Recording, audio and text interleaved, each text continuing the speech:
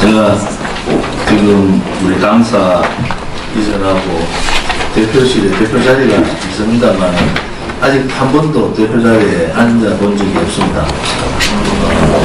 다음에 대표 대령부 잘 모셔가지고 우리 당이 원내 6단체 또 제1당하고 우뚝서는 그날 그분이 앉으면 좋겠다 이런 생각을 가지고 우리 지금 창당의 당직자 분들 또 창당 이후에 각 시도당의 제1기 시도당 위원장들 너무 많은 고생들 하시고 또 정당에 대한민국당의 90% 이상이 정당에 처음으로 가입한 분들 90% 넘습니다. 95% 되는 것 같아요. 처음으로 가입한 분들이 있어서 분노, 열정, 애국심 이런 것이 워낙 많고 또 모든 행사나 집회나 모든 것을 자비로 하지 않습니까? 그래서 바깥에서 볼 때는 지난 토요일도 조선일보에 수만 명이 나왔다 이렇게 일면 기사에 났던데 그런 부분들이 저희들이 볼 때는 대한애국당의 존재를 아무리 감추려 해도 감출 수가 없다. 유실서에 이어서 조선일보 기사 신문 좀 갖다 줄래요? 조선일보도 의도적인 오보를 때립니다. 유실서는 대한애국당의 그 수많은 집회 사진을 걸고 대한애국당이 아닌 다른 단체 이름을 걸고 그리고 그것을 이제 우리 당원이 문제 제기를 해서 바로 바꾸었습니다. 이건 조상권 문제가 있고 명예훼손 문제부터 시가 다 되지 않습니까? 오늘 아침에 또 조선일보 같은 똑같은 오보를 했습니다. 똑같은 오보를 사진은 대한애국당 사진인데 설명은 다른 단체 사진을 걸어놨어 설명해놨어. 그것은 무엇을 의미하느냐? 두려운 겁니다. 서울역 집회에 대한애국당이 하는 거 다 알잖아요. 그런데 그들은 뭐라고 줬습니까? 바로 보수단체 집회로 줬습니다.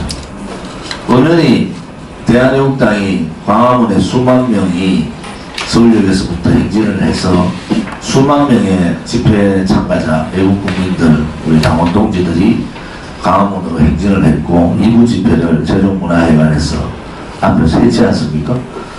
그 많은 사진은 대한애국당 사진인데 설명은 단체 이름을 바꿔서 해요. 그것은 지금의 언론 방송의 상황들을 보여주는 거다. 대한애국당을 언론 방송사에서 실으면은 그 실는 기자를 적폐로 모는 아직도 너는 적폐에 기대고 있냐 이런 입장들을 하고 있다고 하니까 참 이 대한민국의 언론 방송이 공정성의 문제를 뛰어넘어서 너무 치졸하다. 치졸하다. 그렇게 언론 방송들이 감춘다고 해서 감춰질 수가 있겠습니까? 오늘도 우리 유튜브 대표님들이 와서 이렇게 찍고 있습니다만은 이러한 유튜브를 통해서 전 세계로 또 대한민국뿐만 아니라 전 세계로 이 오늘 최고위원회의 하는 내용들이 공개되고 있지 않습니까? 이제는 그 작은 손으로 작은 거짓으로 하늘을 가릴 수가 없다. 그것이 이제 국민들이 생각이고 그것이 국민들한테 우리 대한애국당이 진실과 정의를 추구하고 15개월 동안 그 첫 번째 초심이 하나도 변함없이 가고 있다. 그 모습을 보여주는 것이다. 저는 그렇게 생각을 하고 있습니다. 11월 19일 대한애국당 최고위원회의 및 중앙당직자 시도당 위원장 연설회의를 시작하겠습니다. 지난 11월 17일 토요일 개최된 91차 태극기 집회는 눈에 띌 만큼 청년들의 숫자가 늘어났습니다. 청년 실업 10%, 1999년 이후 19년 만에 최고를 기록한 문재인 정권의 청년 일자리의 성적입니다. 지난 18개월은 참으로 암흑이고 고통이었습니다. 한국 경제의 중심인 40대는 지금 문재인 시 정부의 소득주도 성장으로 최악의 고용 참사, 가계비 증가로 직격탄을 맞아왔습니다. 박근혜 정부 때 가계비 1000조를 가지고 지금의 집권 당인 더불어민주당이 얼마나 많은 공격을 했습니까? 가계빚이 1500조가 넘었습니다. 18일 통계청에 따르면은 지난 10월 단순 노무 종사자는 356만 1000명으로 1년 전보다 무려 9만 3,000명이 감소했습니다. 2013년 관련 통계 작성이 시작된 이후에 가장 큰 폭으로 줄었습니다. 단순 노무직은 그야말로 건설 현장에서 일일 근로나 주유소에서의 주유, 음식 배달과 같은 보조 업무 성격의 일을 띄고 있는 것이 그들의 일자리입니다. 우리나라 경제 구조 중에서 가장 경제적인 약자분들이 근무하는 곳입니다. 결국 서민을 거치다가 서민 경제를 무너뜨린 서민 경제 파탄 정권이 문재인 시 정권입니다. 괜찮은 일자리는 80만 개 이상이 사라졌습니다. 괜찮은 일자리를 만든다고 소득주도 성장, 소득이 성장을 이끌었다는 겁니다. 전 세계에 유례가 없는 이러한 논리를 가지고 대한민국 경제를 추락시켜버린 이 문재인 정권은 그야말로 적폐 정권입니다. 사실상 대한민국 청년과 서민의 적이 바로 문재인 정권이며 대한민국 경제의 재앙입니다. 지금 청년들 사이에서는 엠포 세대라는 말이 유행합니다. 엠포는 문재인을 포기한 세대라는 신조어가 유행하고 있습니다. 급속하게 늘어나는 대기 집회의 청년 참여를 위해서 대한애국당은 체계적이고 강력한 투쟁 방안을 마련하고 문재인 정권에 고통받는 청년 세대와 서민의 분노를 담아내겠습니다. 이번 주 수요일은 21일이죠. 오전 9시 국회의원회관 대회의실 약 600명 정도가 들어가고 전체적으로 한 1000명 정도가 입장 가능한 곳입니다. 그래서 대한애국당과 조원진 국회의원 사무실 주관으로 대한민국 보수의 적자는 누구인가 라는 대토론회를 개최합니다. 이번 토론회는 보수파의 위기이자 대한민국의 위기를 극복하고 대한민국의 정체성인 자유민주주의와 시장경제를 어떻게 살릴 수 있고 진정한 보수란 무엇인지를 고민하고 행동하는 자리입니다.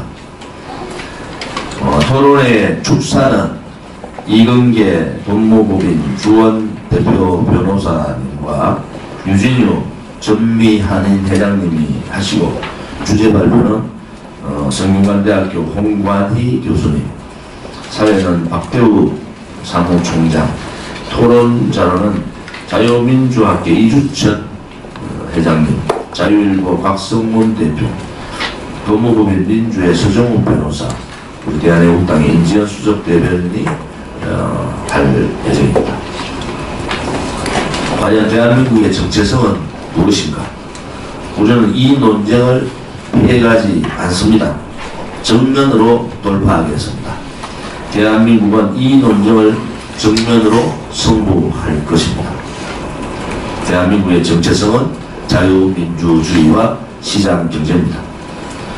거짓 촛불 쿠데타로 집권한 문재인 시 정권의 운명은 이미 실패로 결정났지만 대한민국 운명은 아직 대한민국 국민의 힘으로, 태극기의 힘으로 바꿀 수 있다는 희망이 있습니다.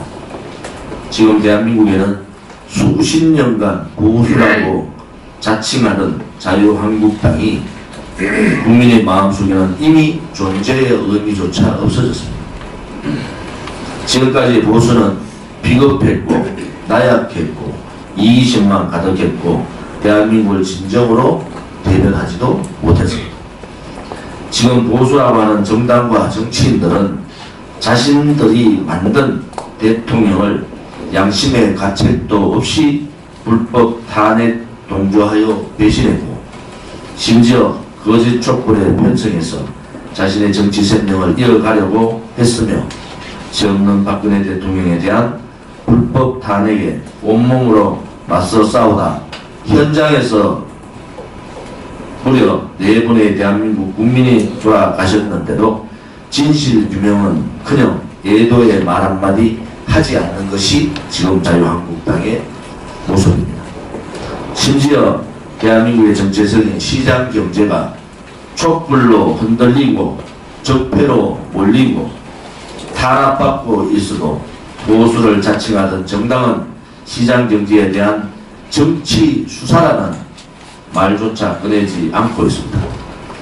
대한민국이 좌파의 손에 넘어가 국민적 합의도 없는 상태에서 북한 김정은 세력과 북핵 평화쇼를 하고 있어도 장애투쟁다운 투쟁조차 하지 못하고 있는 것이 지금 자유한국당의 모습입니다. 스스로 웰빙 정당임을 자행하는 것입니다. 그들의 실체는 박근혜 대통령을 탄핵해버린 탄핵 세력이 자유한국당을 주도하고 있다는 것입니다. 대한애국당이 보수우파 정당의 적자임을 증명하는 소중한 토론회에 외국 국민 여러분과 당원 여러분의 많은 참여를 부탁드립니다. 드루킹의 실체가 법원에서 다 나타나고 있습니다. 16일 서울중앙법원에서 열린 김경수에 대한 두 번째 재판에서 김경수가 킹크랩 시범을 뒤끝자 책상 가운데에서 직접 지켜봤다라는 증언이 나왔습니다. 지난달 29일 열린 재판에서는 드루킹 일당 중 한 명인 솔본 아르타 양모 씨는 증인으로 나와서 김 지사가 경제적 공진화 모임, 경공모, 거사와 관련한 공격이 있으면 책임지고 방어해 주겠다고 했습니다. 경공모에 대해서 문 대표에게 보고했고 문 대표가 드루킹이란 닉네임을 알고 있다는 내용을 공유했다고 주장했습니다. 이제 대다수 국민들은 김경수가 드루킹과 공모해서 불법으로 박근혜 대통령 탄핵에 앞장섰고 이러한 불법 행위에 반드시 윗선에 있다는 것을 알고 있습니다. 주말에는 문재인 씨를 비방해 논란이 되어온 트위터 계정 해경궁 김씨의 소유자가 이재명 경기지사의 부인 김혜경 씨라는 경찰 수사가 나왔습니다. 박원순 서울시장이라는 자는 지난주 토요일 한국노총 주최 문재인 정부 규탄 대회에 버젓이 공개적으로 참석해서 노조가 편한 서울시를 만들겠다며 스스로 드디어 자기 정치를 본격적으로 시작했습니다. 더불어민주당 출신의 서울시장이 더불어민주당 출신의 문재인시 정부 규탄 대회에 참석하는 웃지 못할 사항들이 벌어지고 있습니다. 콩가루 집안도 이런 콩가루 집안이 없습니다.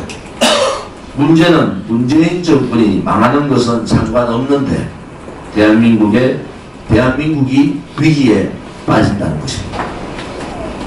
이제는 박근혜 대통령에 대한 불법 거짓 사기 탄핵의 진실과 그들의 실체가 명명백백하게 드러나고 있습니다.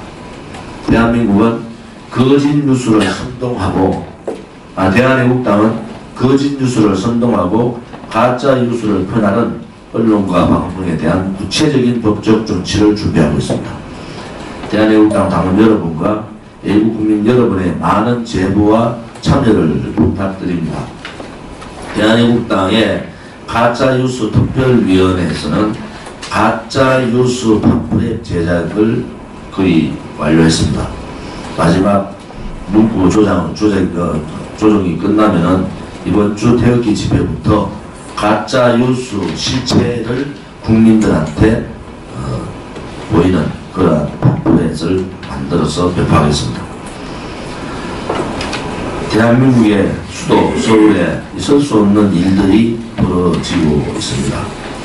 대놓고 국가보안법을 위반하고 있는데도 불구하고 대한민국의 경찰과 검찰은 입을 닫고 있습니다. 그들은 대한민국의 경찰과 검찰이 아닙니다. 어제 18일 서울광화문 광장에서 김정은 서울 방문을 환영하는 백두칭송위원회가 또다시 집회를 열고 김정은 찬양에 앞장섰습니다. 지난 7일 광화문에서 결성 선포식을 연후 11일 만에 다시 도심 집회를 가졌습니다. 국민주권연대 등 좌파 성향 단체가 13개나 참여했습니다. 이들은 김정은 국무위원장 서울 방문을 환영합니다. 남북 정상 간 합의사항 이행으로 통일을 앞당기자는 편말을 들고 서 있었고 서울 방문 열렬 환영이라는 글자를 볼에 써붙이기도 했습니다. 심지어 연설대회에 참석한 대학생은 김정은 위원장의 목소리를 신년사로 처음 듣고 목소리가 좋다고 생각했다. 김정은 위원장은 화려한 음정가다. 천리안을 가진 게 아닌지 궁금했다는 등 찬양 일색이었습니다. 심지어 대학생 김모 씨는 김정은의 서울 방문이 이루어지지 못한 것은 남과 북을 갈려놓으려는 미국 때문이라는 등의 발언도 있었습니다. 드디어 반미로 돌아선 겁니다. 이 주사파 반미주의자들의 문재인시 정권은 근본적으로 반미주의자들입니다. 지금 좌파 방송인 KBS는 노골적으로 라디오 방송 광고를 통해서 김정은의 육성, 음성을 홍보하고 버젓이 김정은 사진도 게시하는 등 좌파 방송의 세뇌 방송으로 청년들이 북한에 대한 부정확한 인식을 퍼뜨리고 있습니다. 심지어 백두칭송위원회 블로그에는 김정은을 간접적으로 찬양하거나 거의 동정을 알리는 게시물들이 수두룩한 것으로 나타나고 있습니다. 문제는 이러한 이적 행위와 국가보안법 위반 행위에 대해 대한민국 경찰은 청와대 눈치를 보는지 나몰라라 하고 있으니 대한민국을 걱정하는 국민의 마음은 갈수록 걱정이 쌓이고 있습니다. 대한애국당은 친북 좌파 성향 인터넷에 대한 대대적인 전쟁을 선포하고 결코 대한민국 하늘 아래 이적 행위를 용서하지 않을 것입니다. 지금 그들은 김정은 방문 환영단을 구성한다고 합니다. 대한애국당은 김정은 적살 특공대를 모집하겠습니다.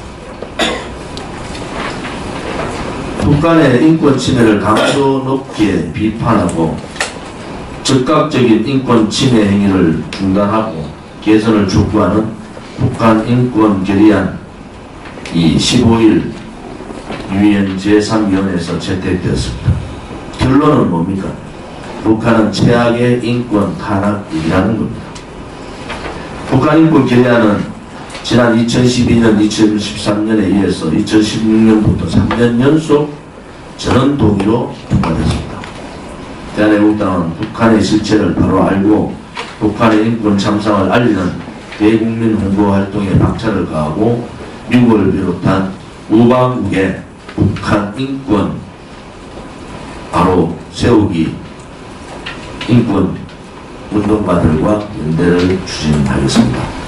오늘 박태우 사무총장은 이와 관련 지금 일본에서 열리고 있는 국제회의에 그렇게 도착할 겁니다.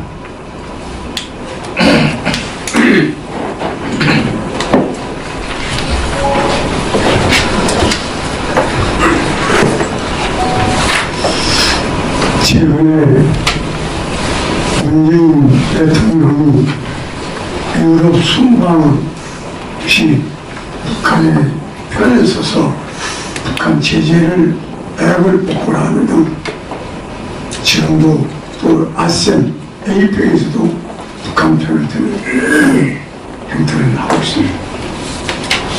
돌아보건대 지난 김대중 대통령, 노무현 대통령, 이명박 대통령, 박근혜 대통령 때는 유럽이나 미국에 순방할 때는 경제단체장을 비롯한 대기업 회장단, 사장단, 그래서 경제인들을 200명, 300명을 같이 수행하고 동행을 했던 기억이 있는데, 그 당시에 그 대통령들은 대한민국의 경제 발전을 위해서 세일즈맨 A를 하고 또 각 경제인 단체나 행사나 대기업 사장단들은 세일즈를 하는 그런 눈물겨운 장면들이 지금도 기억이 납니다. 그런데 유럽 문재인 씨만은 혼자 나홀로 유럽 순방이나 또는 아시안 가서 세일즈맨커녕 계속 북한 편을 드는데, 과연 이 문재인 대통령은 대한민국을 걱정하고 있는지 북한의 김정은을 걱정하고 있는지 정말 걱정스럽고 여기저기서 한탄의 장성복이 들리고 있다는 것을 봤습니다. 또 오늘 아침에 신문에 난 기막힌 것은 서울시에 대해서 기사가 났습니다. 서울시 산하에 17개의 산하기관이 있는데 부채가 20조 원입니다. 근데 작년에 1674억 원의 성과급 잔치를 벌였다고 합니다. 특히 최근에 고용기습과 채용비리에 얼룩진 서울시 산하의 교통공사는 부채가 4조 원입니다. 그리고 작년에 적자가 5,200억 원. 그럼에도 불구하고 1,320억 원의 성과급 잔치를 벌이고 있습니다.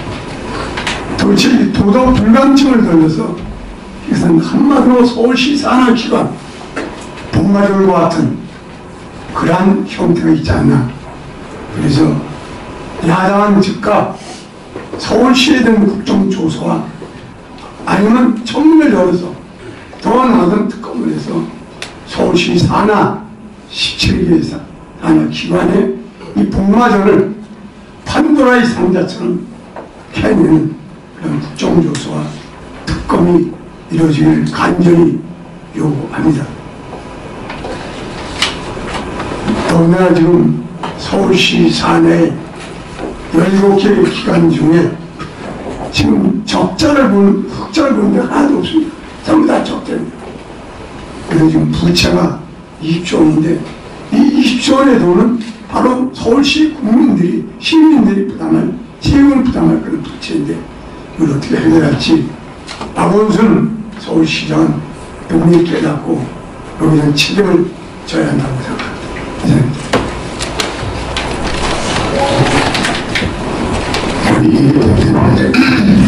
그런 문제가 서울시뿐만 아니고 지방자치하면서 전국 시도가 똑같은 행사입니다. 공무원들이 말이죠, 기부를 자꾸만 늘려서 지방 공기업, 지자체 산하에 그걸 하는 거예요. 그러면서 정말 모든 정부 공급 강공공사 다 그들이 맞는데 흑자를 내도 뭐할 텐데 적자를 내고 있는 게 오래됐어요. 이 좌파 놈들 말이죠, 정말 쓰레기입니다. 국민들을 의식하는 게 아니라 자기 주머니 채우는데 급급하는, 이들에게 나라 맡기면 망하는데도 우리 국민들이 지금까지 민주화를 굴려시켜서 그걸 따라갔던 거예요. 사실 저는 오늘 하고 싶은 얘기가 지난주에 여러분들 우리 국민들 보셨을 겁니다. GP가 폭파되는 장면을 보고 저는 전국군 손해 한 사람으로서 참담함을 느꼈습니다. 지금 9.19 군사합의 전후해서 JSA를 비무장화시키고 그 전에 철조망 제거한다, 방백 제거한다, 바다 양보한다 하면서 하다가 이번에 GP까지 폭파하는 장면을 보면서 많은 전문가들은 이 군사적인 관점에서만 얘기를 하고 있어요. 솔직히 말씀드려서 우리 군이 건재하고 한미동맹만 잘 유지되면 지금 저는 좋지 않은 것 군사적으로 아무 문제 없습니다. 어떤 면에서 전방 주력군을 후방으로 빼는 게 좋아요. 저는 오래전부터 수도권 사수를 위해서 전방에 밀집된 우리 야전군 주력을 후방으로 빼야 된다고 주장한 사람입니다. 왜냐하면 지금 야전군 주력군 부대들은 현재 이 자리에 있으면 북한군의 장사정포와 방사포 공격과 하탄의 공격으로 싸워보지도 못해 순간적으로 물에 가될 수밖에 없는 그런 위치에 있습니다. 나는 어떤 면에서 하늘이 도운다고 봐요. 문제는 이런 조치들이 군사적으로 우리를 약화시켜서 북한이 기습 공격을 하기 위해서 하는 게 아닙니다. 이것은 다분히 정치 심리전을 하고 있는 겁니다. JSA를 무장 완전히 해제하고 민간인 강경한다니까 지금 문재인 정부가 잘한다는 거예요. 따라가는 국민들이 무장 해제가 되는 겁니다. GP 폭파하니까 야 분단의 상징인 GP가 무너지고 야 문재인이 역시 그 한반도 평화 프로세스가 하나하나 잘 진행되는구나 하는 국민들을 대북 경계심을 완전히 이완시키면서 문재인 하는 대북 평화 프로세스가 옳다고 믿게 만드는 고도로 계산된 북한의 대남 전략 전술을 하고 있다는 사실입니다. 이걸 알아야 돼요. 또한 한미동맹을 상징적으로 파괴하는 조치들입니다. JSA가 어딥니까? 그건 한국군이 근무하는 것만은 아닙니다. 유엔 관할이고 유엔군이 하는 건데 그걸 일방적으로 하고 있고 GP 마찬가지입니다. 그건 우리 한국군이나 우리 한국 정부의 권한이 아닙니다.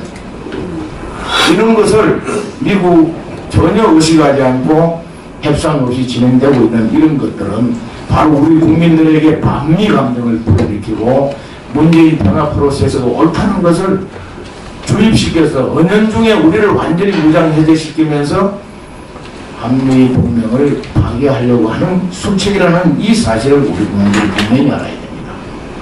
그러면 대안은 뭐냐는 것이죠. 저는 아무리 그 대안은 태극기를 든 애국 국민들과 우리 대한애국당밖에 없다. 지금 우리 정치 앞서 조 대표께서 정치 누구보다 잘 아시잖아요. 기대할 거 없습니다. 이 지금 대한민국은 분명히 위기에 있는데 이 위기는 북한의 군사적인 핵에 의한 군사적인 위기가 아니라 바로 정치 심리전에 우리가 다 넘어가는 이 위기다. 그래서 지난 2년간 우리가 태극기 깃발을 들고 박근혜 대통령 탄핵 하야를 전후해서 2년간 이렇게 오면서 그 실상을 우리 국민들한테 알려줄 겁니다. 지난주 서울에서 서울 집회에서 제가 볼 때 평소보다 2배 많은 애국 국민들이 동참을 했습니다. 대한민국을 지킬 수 있는 세력은 태극기 애국 국민 여러분들밖에 없습니다. 그리고 대한애국당 중심에 있습니다. 이 방송을 보시는 존경하는 애국 국민 여러분, 해동포 여러분, 더 이상 망설이지 마십시오. 군사적으로 불안해하지 마십시오. 저는 분명히 자신있게 말씀드립니다. 북한 절대로 군사적으로 빈단히 무모하게 공격 못합니다. 하는 순간에 북한 김정은 저 집단은 15분 내로 종말을 보게 됩니다. 그들도 그거 알고 있어요. 많은 국민들이 요즘 GP 폭파나 이런 걸 보면서 잠을 못 자고 저한테 전화도 오고 불안해 하시는데 불안해하지 마십시오. 다만 우리가 불안하고 걱정하는 것은 싸워보지도 못하고 무장해제하는 바로 그런 거니까 뼈대를 들고 매주 토요일날 오후 2시 서울역 광장을 다 오십시오. 지난주에는 뉴욕에서도 부부가 같이 와서 하셨고 또 전라도 강주에서도 이렇게 애국 시민들이 와서 우리 무대에 섰습니다. 전 국민들이 깨어나고 있습니다. 뼈대를 들고 저희 대한애국당 매주 토요일날 오후 2시 서울역 집회로 모여주십시오. 그것만이 이 자유대한민국을 위기에서 구하고 억울한 박근혜 대통령 구하고 김정은 저것이 자유통일을 가는 길입니다. 감사합니다.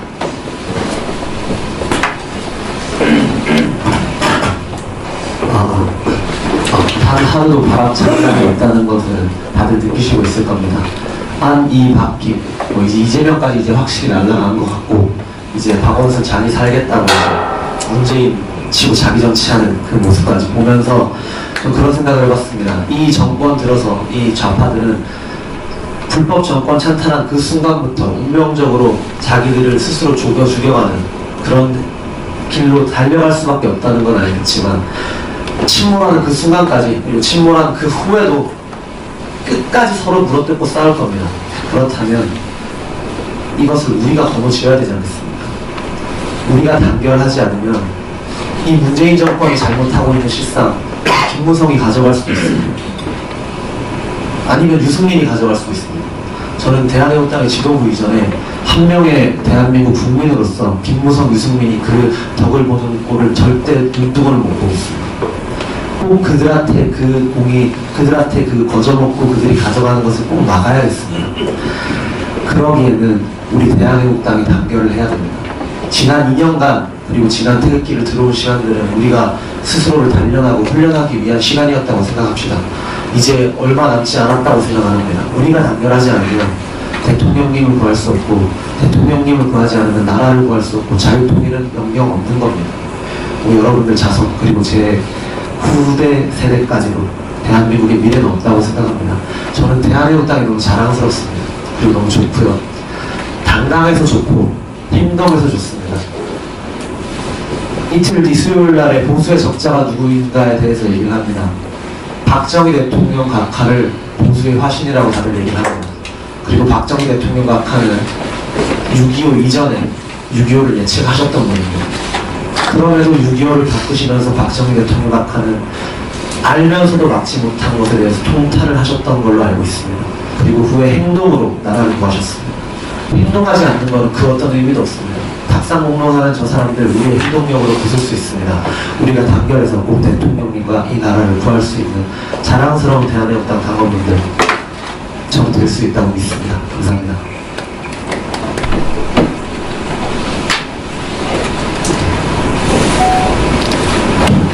박근혜 대통령께서 내일 옥중투쟁 600일째가 됩니다. 그 많은 600일 동안 누구도 접견하지 않고 누구도 한때도 말 한마디 안 하시면서 투쟁을 하고 있습니다. 가장 무서운 투쟁을 지금 하고 있으신 겁니다. 본인의 목숨을 걸더라도 이 거짓은 반드시 밝혀야 된다. 또 대한민국이 이대로 무너질 수 없다는 것을 무언으로 우리 국민들한테 전달해 주고 계십니다. 내일 우리 대한애국당의 여성투쟁단에서 서청대에서 집회를 가집니다.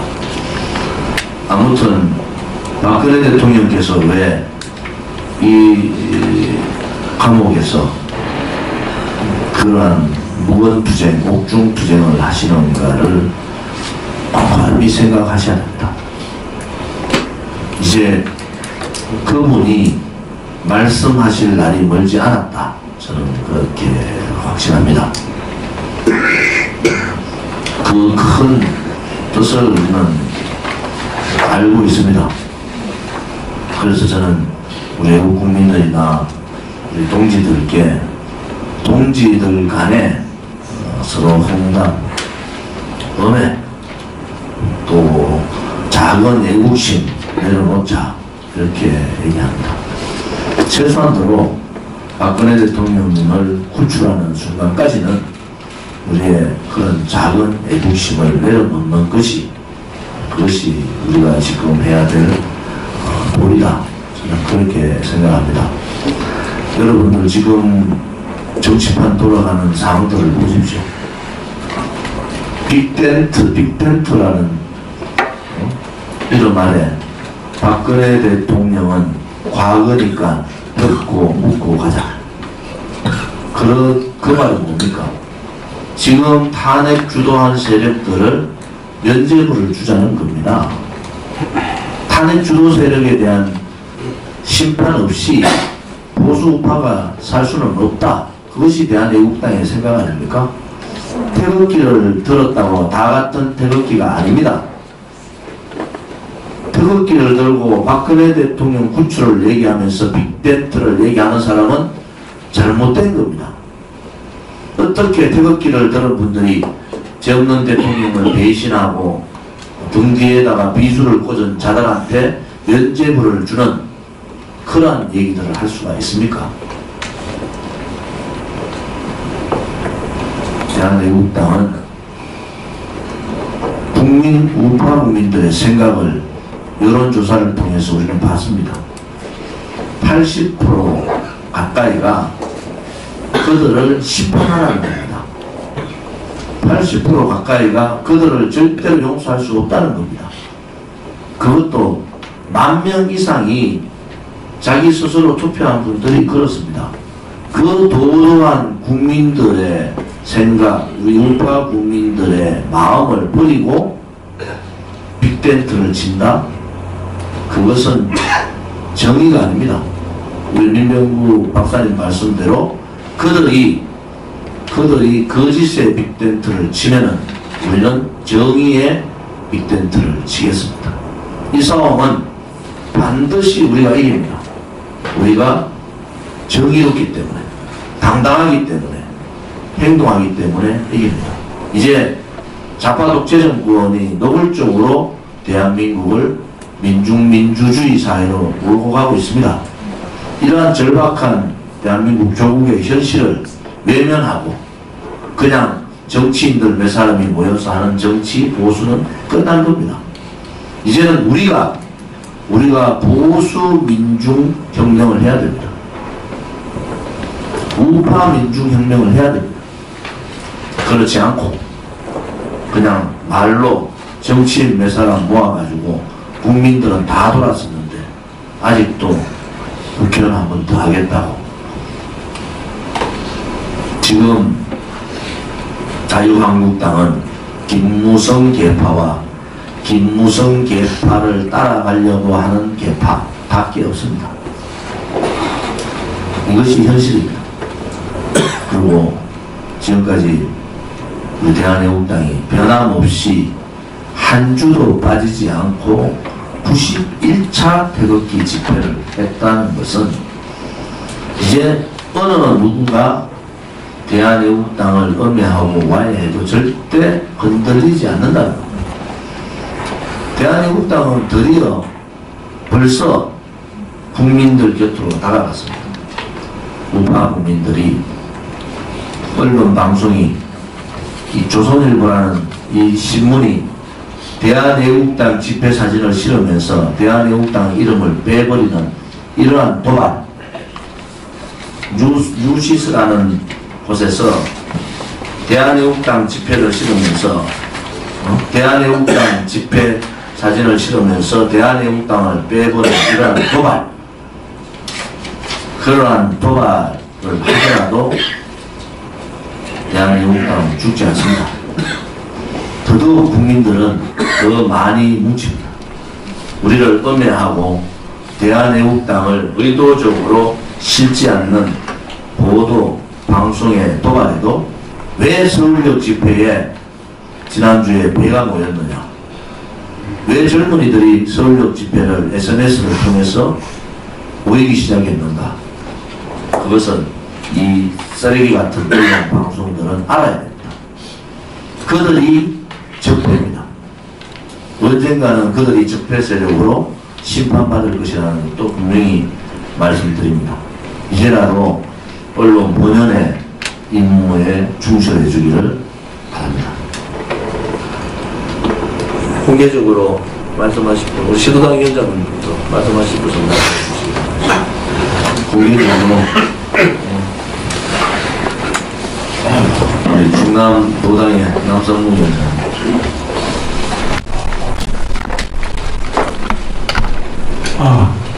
네, 저는 간단하게 좀 말씀을 좀 드리겠습니다.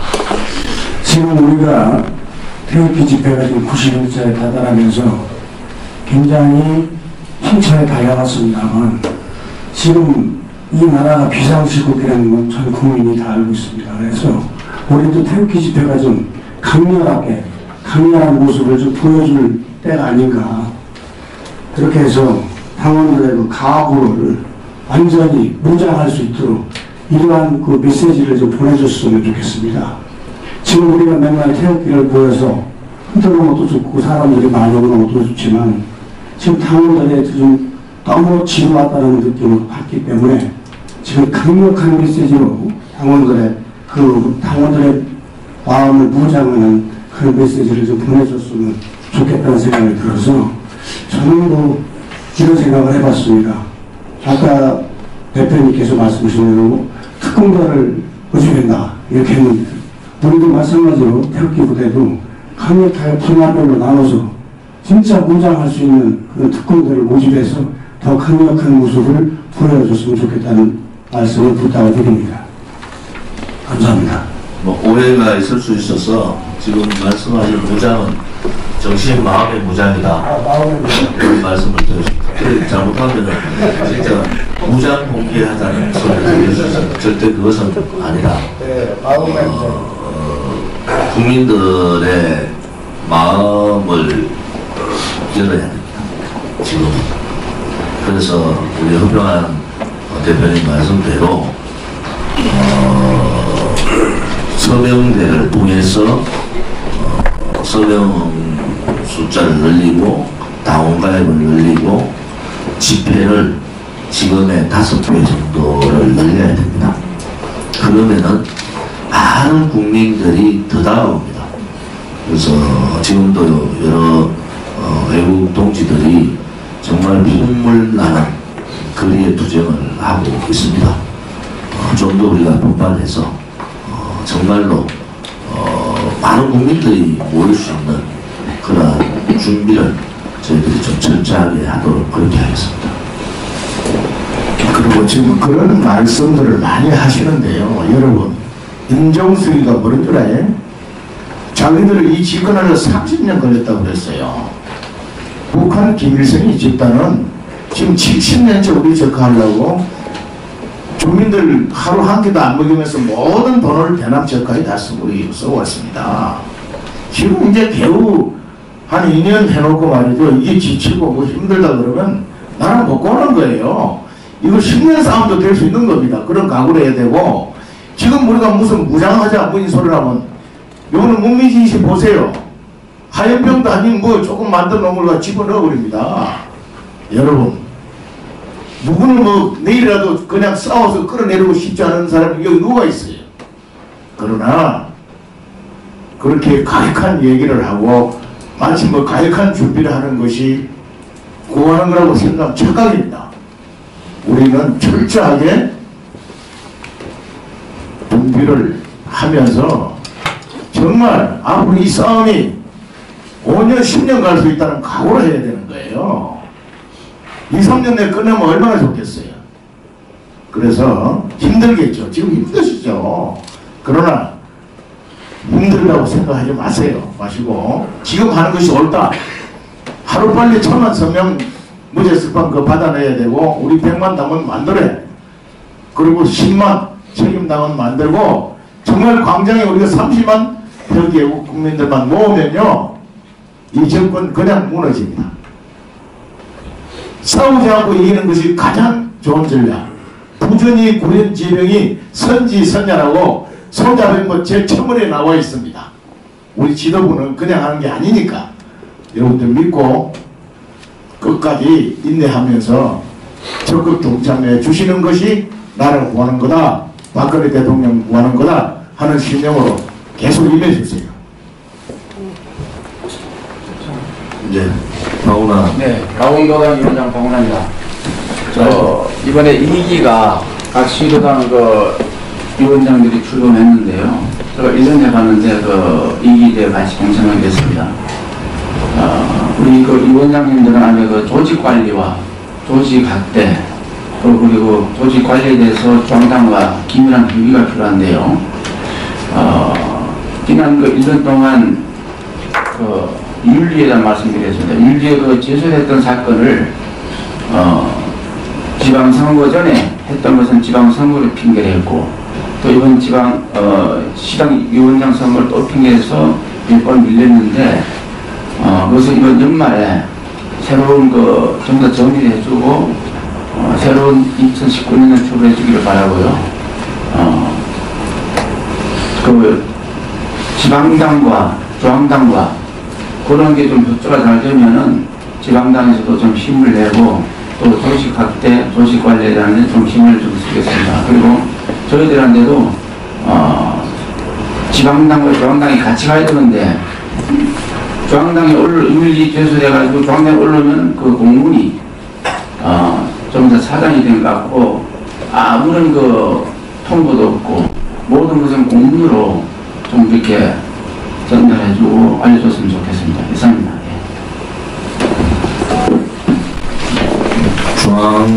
중앙윤리위원회에서 여러 가지를 다 감안을 해서 한 거다. 저는 그렇게 믿고 있고요. 아무튼 제가 제2기 위원장님들한테 말씀드리는 것은 통합과 화합이 먼저다. 저는 그렇게 보고 있습니다. 태극기를 들고 이 싸움을 하는 분들은 적이 없습니다. 명백하게 해당 행위를 한다든지 우리 당에서 지금 1년 15개월 동안 제명을 한 사람은 2사람밖에 없습니다. 왜? 그만큼 동지들이 소중하기 때문에 그렇습니다. 우리 중앙당 당대표로서는 아무튼 모든 부분들은 동지애를 가지고 동지의 눈으로 보셔야 합니다. 그래서 특별한 부분은 저희 중앙당윤리위원회에서 철저하게 조사를 하고 있다.